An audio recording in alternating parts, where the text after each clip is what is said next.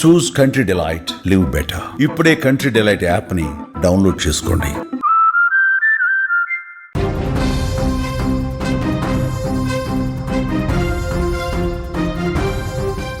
వాజోన్ breaking news అందుతోంది. Iran Israel మధ్య భీకర యుద్ధం కొనసాగుతోంది. ఆపరేషన్ రైజింగ్ లయన్ ఇరాన్పై దాడులు చేస్తోంది. ఆపరేషన్ ట్రూ ప్రామిస్ అంటూ ఇజ్రాయెల్ మీద ఇరాన్ కూడా దాడులు చేస్తోంది. యుద్ధం మొదలైందన్న ఇరాన్ సుప్రీం లీడర్ ఖమేనీ వ్యాఖ్యలతో పూర్తిగా పరిస్థితి భీకరంగా మారుతోంది. ఇరాన్లో 600కు పైగా సామాన్య పౌరులు చనిపోయారు. క్షిపణి దాడులతో టెహరాన్ దద్దరిల్లిపోతోంది. భయం గుప్పిట్లో భారతీయ విద్యార్థులు ఉన్నారు. టెహరాన్ని ఖాళీ చేస్తున్నారు. భారత ఎంబసీ అక్కడ తీసుకున్నటువంటి నిర్ణయంతో పూర్తిగా విద్యార్థులందరూ కూడా స్వదేశానికి తిరిగి వస్తున్నారు. ఆపరేషన్ సింధు ప్రారంభమైంది. విద్యార్థులు అందరూ కూడా అక్కడ టెహరాన్ని వీడి బయటకు వచ్చేస్తున్నారు. ఇరాన్ ఇజ్రాయెల్ మధ్య దీర్ఘకాలంగా నెలకొన్న ఉద్రిక్తతలు తీవ్ర రూపం దాల్చినట్టుగా కనిపిస్తోంది. ఇజ్రాయెల్ ఆపరేషన్ రైజింగ్ లైన్ పేరుతో ఇరాన్లోని అణు సైనిక స్థావరాల మీద వైమానిక డ్రోన్ దాడులు చేస్తోంది. ఇరాన్ అణ్వాయుధాలు తయారీని నిరోధించే ఉద్దేశంతో ఈ దాడులు చేసినట్టుగా ఇజ్రాయెల్ చెప్తోంది. ఇజ్రాయెల్ దాడులకు ప్రతీకారంగా ఇరాన్ ఆపరేషన్ ట్రూ ప్రామిస్ పేరుతో ఇజ్రాయెల్ మీద మిసైళ్లు, హైపర్సోనిక్ మిసైళ్లతో దాడులు చేస్తోంది. Iran supreme leader Ayatollah Khamenei యుద్ధం ప్రారంభమైందంటూ ఎప్పుడైతే ప్రకటించారో అప్పటి నుంచి పరిస్థితులు చాలా ఉద్రిక్తంగా మారుతున్నాయి. ఇరు దేశాల మధ్య సాగుతున్న యుద్ధాల కారణంగా ఇరాన్లో చదువుతున్న భారతీయ విద్యార్థులు భయం గుప్పిట్లో బతుకుతూ ఉన్నారు. వారిని కాపాడేందుకు భారత్ ఆపరేషన్ సింధు ప్రారంభించింది. అసలు ఆపరేషన్ సింధు అంటే ఏంటి? భారత్ ఎంతమంది విద్యార్థులు ఇప్పుడు భారతదేశానికి చేరుకున్నారు? ఈ పూర్తి వివరాలు కూడా ఇప్పుడు మీకు ఎక్స్ప్లెయిన్ చేసే ప్రయత్నం చేస్తా. జూన్ 13వ తారీఖున ఇజ్రాయెల్ ఆపరేషన్ రైజింగ్ లైన్ పేరుతో ఇరాన్లోని సైనిక స్థావరాలపై వైమానిక దాడులు చేసింది. దీనికి దీటుగా ఇరాన్ సైతం ఇజ్రాయెల్లో క్షిపణి దాడులు చేసింది. ఇరు దేశాల మధ్య ఒక యుద్ధ వాతావరణం అనేది భీకర స్థితిలో కొనసాగుతున్నటువంటి పరిస్థితుల్లో 600 వరకు సామాన్య ప్రజలు ఇప్పటికే చనిపోయారు. ఇరాన్ రాజధాని టెహరాన్ క్షిపణి దాడులతో దద్దరిల్లిపోతోంది. టెహరాన్ను భారత పౌరులను వెంటనే అక్కడ ఖాళీ చేయాలంటూ భారత ఎంబసీ ప్రత్యేక అడ్వైజరీని కూడా జారీ చేసినటువంటి పరిస్థితి. సామాన్య ప్రజలు ఒకవైపు చనిపోతున్నారు. ఇజ్రాయెల్ వైపు 30కి పైగా అక్కడ పూర్తిగా మరణాలు సంభవించినట్టు ఇంటర్నేషనల్ మీడియాలో వార్తలు వస్తున్నాయి. ఇరు దేశాలు ఎక్కడా తగ్గేదే లేదన్నట్టుగా యుద్ధం చేస్తున్నాయి. ఇదిలా ఉంటే ఇరాన్లో చిక్కుకున్న భారతీయ విద్యార్థులు భయంగా బతుకుతున్నారు. తమను భారత్కు తీసుకెళ్లాలంటూ ప్రభుత్వానికి విజ్ఞప్తులు చేస్తున్నారు. ఇరాన్లో చిక్కుకున్న విద్యార్థులను సురక్షితంగా తీసుకొచ్చేందుకు కేంద్ర ప్రభుత్వం ఈ ఆపరేషన్ సింధు చేపడుతోంది. ఇదిలా ఉంటే ఇజ్రాయెల్ చేస్తున్న ఈ క్షిపణి దాడులతో టెహరాన్ నగరం దద్దరిల్లిపోతోంది. ఇక్కడ ఉంటున్నటువంటి భారత పౌరులను వెంటనే ఖాళీ చేయాలని భారత ఎంబసీ ప్రత్యేక అడ్వైజరీ జారీ చేసింది. టెహరాన్ వెలుపల ఉన్న సురక్షిత ప్రాంతాలను వెళ్ళిపోవాలంటూ భారతీయులకు సూచన చేసింది. తమను కాపాడాలంటూ భారతీయ విద్యార్థులు కూడా ప్రభుత్వాన్ని వేడుకుంటున్న పరిస్థితి. వెంటనే కేంద్ర ప్రభుత్వం ఆపరేషన్ సింధు చేపట్టి వెంటనే మన విద్యార్థుల్ని, మన దేశం సంబంధించిన విద్యార్థులందరినీ కూడా, ముఖ్యంగా టెహరాన్లో ఎవరైతే ఉన్నారో వాళ్ళందరినీ కూడా సురక్షితంగా స్వదేశానికి తీసుకొచ్చే కార్యక్రమం చేసింది. ఈ క్రమంలో ఇరాన్ నుంచి మొదటి విమానం జూన్ 17న ఉత్తర ఇరాన్ నుంచి ఆర్మేనియాకు చేరుకుని 110 మంది విద్యార్థులు భారత్కు వస్తున్నారు. వీరంతా ఆర్మేనియా రాజధాని ఎరవాన్ నుంచి ఓ స్పెషల్ ఫ్లైట్లో ఇండియాకు బయలుదేరారు. జూన్ 19న తెల్లవారుజామున ఢిల్లీకి చేరుకున్నటువంటి పరిస్థితి. ఇంకా ఇది కొనసాగుతూనే ఉంది. ఇరు దేశాల మధ్య ఉన్నటువంటి యుద్ధం కారణంగా ఇరాన్లో 500 మందికి పైగా పౌరులు, సైనికులు మరణించారని, 650 మంది పైగా తీవ్రంగా గాయపడ్డారని నివేదికలు చెప్తున్నాయి.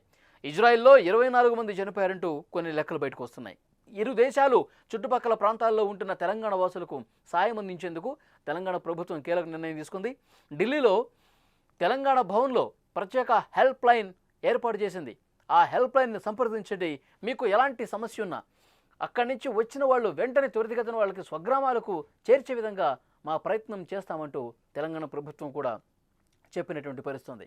ఈ యుద్ధం కారణంగా ఇది భీకరం యుద్ధం వైపు దారితీస్తున్నటువంటి ప్రస్తుత పరిస్థితుల్లో భారతీయ విద్యార్థులు, ముఖ్యంగా అక్కడ చదువుకుంటున్న వాళ్ళు ఇరాన్లో చాలా గడ్డు పరిస్థితులు ఎదుర్కొంటూ ఉన్నారు. భయం గుప్పిట్లో కాలం వెళ్లదీస్తున్న పరిస్థితి. ఎప్పుడు ఏం బాంబు వచ్చి మీద పడుతుందో, ఎప్పుడు ఏ క్షిపణి వచ్చి దాడి చేస్తుందో, ఎప్పుడు ఏ యుద్ధ విమానాలు తాము ఉంటున్నటువంటి అకామిడేషన్ అపార్ట్మెంట్ల మీద అక్కడ ఉన్నటువంటి బిల్డింగ్స్ మీద ఎగురుతాయన్న ఒక భయం వాళ్ళలో కనిపిస్తోంది. ప్లీజ్ ఇక్కడి నుంచి మమ్మల్ని తీసుకెళ్ళిపోండి అంటూ భారత ఎంబసీ అధికారులను కూడా రిక్వెస్ట్ చేస్తున్న పరిస్థితుంది. ఒక అడ్వైజరీని కూడా ఏర్పాటు చేసింది భారత్. వెంటనే అక్కడ ఉన్నటువంటి విద్యార్థులు అందరినీ కూడా ఆపరేషన్ సింధు పేరుతో తీసుకొచ్చేస్తున్నారు. ముందుగా అర్మేనియాకి తీసుకొస్తున్నారు. అక్కడి నుంచి వెంటనే భారతదేశానికి వచ్చే ఏర్పాట్లు కూడా చకచక జరుగుతున్నాయి. ఇప్పటికే వందలాదిగా విద్యార్థులు, ఇరాన్లో చదువుకున్న విద్యార్థులు ఇప్పటికే ఇక్కడ భారతదేశానికి వస్తున్నారు. ఒక ఫ్లైట్ ఆల్రెడీ వచ్చింది, మరికొన్ని ఫ్లైట్స్ కూడా ఏర్పాటు చేస్తున్నారు. ప్రతి ఒక్కరూ కూడా ముఖ్యంగా ఇరాన్లో ఉంటున్నట్టు ఏదైతే టెహరాన్లో అక్కడ నివసిస్తూ చదువుకుంటున్నటువంటి విద్యార్థులు అందరూ కూడా ఎంబసీ అధికారులతో టచ్లోకి రండి, మీ డీటెయిల్స్ అందించండి, వెంటనే మీతో మాట్లాడి మిమ్మల్ని అక్కడి నుంచి తీసుకొచ్చే ప్రయత్నం చేస్తాం. ఇప్పటికే ఒక విమానం వేశాం, వాళ్ళు ఆర్మేనియా వచ్చారు, అక్కడి నుంచి నేరుగా భారత్కు వచ్చే ఏర్పాట్లు చాలా వేగంగా చేస్తూ ఉన్నాం. ఇంకా అలా ఎవరైనా ఉంటే వెంటనే మీ డీటెయిల్స్ అన్నీ కూడా భారత ఎంబసీ అధికారులతో పంచుకోండి. వీలైనంత త్వరగా అక్కడి నుంచి బయటకు రండి. మీరు టెహరాన్లో ఉంటే కనుక వెంటనే అక్కడి నుంచి బయటకు వచ్చేసేయండి. టెహరాన్ మీద మరిన్ని భీకర దాడులు జరిగే అవకాశం ఉందనే సమాచారం వస్తోంది. అక్కడ ఎవ్వరు కూడా ఒక్క భారతీయ విద్యార్థి కూడా ఉండదు, దయచేసి టెహరాన్ని వీడి వచ్చేయండి అంటూ పెద్ద ఎత్తున సమాచారం కూడా అక్కడ వ్యాప్తి చేశారు. ఆ సమాచారం ఆధారంగానే విద్యార్థులు స్థానికంగా ఎయిర్పోర్ట్స్కు వస్తూ ఉన్నారు. టెహరాన్ని వీడి బయట ప్రాంతాల్లో ఎయిర్పోర్ట్లకు చేరుకుంటూ ఉన్నారు. అక్కడ ప్రత్యేక విమానాలు భారత ఎంబసీ కూడా ఏర్పాటు చేస్తోంది. నేరుగా ఆర్మేనియాకి వెళ్ళి అక్కడి నుంచి భారతదేశానికి వస్తూ ఉన్నారు భారతీయ విద్యార్థులు. ఈ ఆపరేషన్ రైజింగ్ లయన్ చాలా దారుణమైనటువంటి పరిస్థితుల్లో కొనసాగుతోంది. ఎందుకంటే రెండు దేశాలు కూడా ఎవ్వరూ తగ్గట్లేదు. ఇటువైపు ఇరాన్, అటువైపు ఇజ్రాయెల్, రెండు దేశాలు కూడా వైమానిక దాడులు చేసుకుంటున్నాయి, బాలిస్టిక్ క్షిపణులతో దాడులు చేసుకున్నాయి. బాంబుల వర్షం కురుస్తోంది, పగలు లేదు రాత్రి లేదు, ఇష్టం వచ్చినట్టుగా దాడులు విపరీతంగా పెరుగుతున్నటువంటి పరిస్థితుంది. ఖమేనీ లొంగిపోవాలి, ఖమేనీ అక్కడ అణ్వాయుధాల తయారీని నిలుపుదల చేయాలి, అణ్వాయుధాలు మేము తయారు చేయము అని చెప్పి ఒప్పందం చేసుకోవాలి, లేదంటే కనుక అప్పటి వరకు దాడులు విపరీతంగా కొనసాగుతూనే ఉంటాయి. అణ్వాయుధాలని పూర్తిగా మేము నిలువరిస్తాం, అణ్వాయుధ తయారీని అడ్డుకుంటాం. ఇక అణ్వాయుధాలు కలిగినటువంటి దేశంగా ఇరాన్ ఉండకూడదు, అలా ఉంటే మా దేశానికి పెద్ద ఎత్తున ప్రమాదం ఏర్పడే అవకాశం ఉంది. ఇరాన్ నుంచి ఆ ప్రమాదం పొంచి ఉంది కాబట్టి ఇంత సాహసోపేతమైనటువంటి నిర్ణయం తీసుకుని ఇరాన్ మీద భీకర దాడులు చేస్తున్నామని చెప్పి ఇజ్రాయెల్ కూడా ప్రకటిస్తున్నటువంటి సిచ్యువేషన్ ఉంది. కానీ ఖమేనీ ఎక్కడా తగ్గట్లా, అమెరికా కూడా వార్నింగ్ ఇస్తున్న పరిస్థితుంది, మీరు జోక్యం చేసుకోవద్దు, మీ మీద కూడా దాడులు చేస్తాయని చెప్తున్నారు. కానీ డొనాల్డ్ ట్రంప్ ఇక సీరియస్గా హెచ్చరిస్తున్నాడు ఖమేనీని, ఇరాన్ని. మీరు మొండిగా ఈ విధంగా పోతే మీకే తీవ్రమైన నష్టం జరుగుతుంది, యుద్ధాన్ని ఆపేది లేదు, యుద్ధం ఇప్పుడే మొదలైందంటూ ప్రగల్భాలు పలుకుతున్నారు, మీకే నష్టం జరుగుతుంది, గుడ్ లక్ మిత్రమా అంటూ ఖమేనీని ఉద్దేశించి ట్రంప్ కూడా మాట్లాడారు. అంటే ఈ యుద్ధం ఇప్పట్లో ఆగేలా లేదు, ఇది మూడో ప్రపంచ యుద్ధానికి దారితీసే అవకాశం చాలా స్పష్టంగా కనిపిస్తోంది. అమెరికా ఇజ్రాయెల్తో కలిసి ఇరాన్ మీద, టెహరాన్ మీద దాడులు చేసే పరిస్థితి ఉంది. ఎక్కడైతే యురేనియం శుద్ధి జరుగుతుందో, అణ్వస్త్రాల తయారీకి సంబంధించి ఏదైతే సెంట్రిఫ్యూజుల కేంద్రంగా కూడా, ఆ పరికరాల కేంద్రంగా కూడా దాడులు జరుగుతున్నటువంటి పరిస్థితి చూస్తున్నాం. సో పెద్ద ఎత్తున నష్టం జరుగుతోంది. ఇటు ఇజ్రాయెల్ కూడా తన వైమానిక దాడులు తీవ్రతరం చేసిన పరిస్థితి. ఒక్క గగనతల రక్షణ కోసమే ఇజ్రాయెల్ ఒక్క రాత్రికి 2400 కోట్ల రూపాయలు ఖర్చు పెడుతుందంటే ఎంతటికైనా వెనకాడేది లేదు, ఎలాంటి దాడులు చేయడానికైనా సిద్ధం, మేము ఎంత నష్టపోయినా సరే గెలవాల్సింది మా దేశమే, ఇరాన్కి గట్టి బుద్ధి చెప్పే సమయం ఇదే, ఇప్పటికైనా బుద్ధి తెచ్చుకోవాల్సినటువంటి అవసరం ఉంది, లేదంటే తీవ్రమైనటువంటి నష్టం, ఘోరం జరిగే నష్టం కనిపిస్తుంది.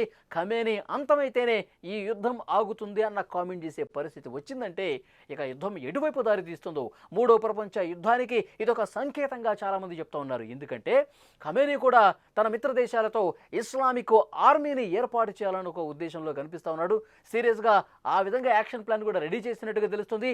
21 ఇస్లామిక్ దేశాలతో, మిత్ర దేశాలన్నింటితో, 21 కంట్రీస్తో ఒక ఆర్మీని ఫామ్ చేసి ఇటువైపు అమెరికా కావచ్చు, ఇజ్రాయెల్ కావచ్చు, వీళ్ళకి సపోర్ట్ చేసేవాళ్ళు కావచ్చు, వాళ్ళని ధీటుగా ఎదుర్కోవాలంటే మనం కలిసికట్టుగా ఉండాలి. ఇది పూర్తిగా మన స్వయం ప్రతిపత్తికి, మన ఉనికికి దెబ్బ కొట్టేటువంటి పరిస్థితి ఉంది. మనం ఎక్కడా వెనక్కి తగ్గొద్దు, యుద్ధం ఇప్పుడే మొదలైంది, అసలైన యుద్ధం ఇప్పుడే మొదలైంది అన్నట్టు ప్రకటన చేసుకుంటున్న పరిస్థితి. సో ఇలాంటి ఉద్రిక్తపరమైనటువంటి పరిస్థితులు ఉన్నాయి కాబట్టి టెహరాన్ మీద దాడులు ఇప్పట్లో ఆగేలా సిచ్యువేషన్ కనిపించట్లేదు కాబట్టి రెండు దేశాల మధ్య సామరస్యపూర్వకమైనటువంటి పరిస్థితి నెలకొనేది విధంగా కనిపించట్లేదు కాబట్టి భారతదేశం వేగంగా స్పందించింది. వెంటనే అక్కడ చదువుకుంటున్నటువంటి విద్యార్థులందరూ కూడా ఒక్కళ్ళు కూడా ఇరాన్లో ఉండకూడదు, అందరూ కూడా బయటకు వచ్చేసేయండి, మేము విమానాలు ఏర్పాటు చేస్తున్నాం మన దేశానికి రావడం కోసం, వేగంగా చర్యలు తీసుకుంటున్నాం, ఆపరేషన్ సింధు చేపట్టాం, ఆల్రెడీ ఒక విమానం అక్కడికి వెళ్ళేది, రెండో రౌండ్ మూడో రౌండ్ ఇక విమానాలు వస్తూనే ఉంటాయి, మీ డీటెయిల్స్ అన్నీ కూడా ఎంబసీ అధికారులతో పంచుకోండి, వెంటనే ఇరాన్ని వదిలి వచ్చేయండి అంటూ ఆపరేషన్ సింధు మన దేశం చేపట్టింది.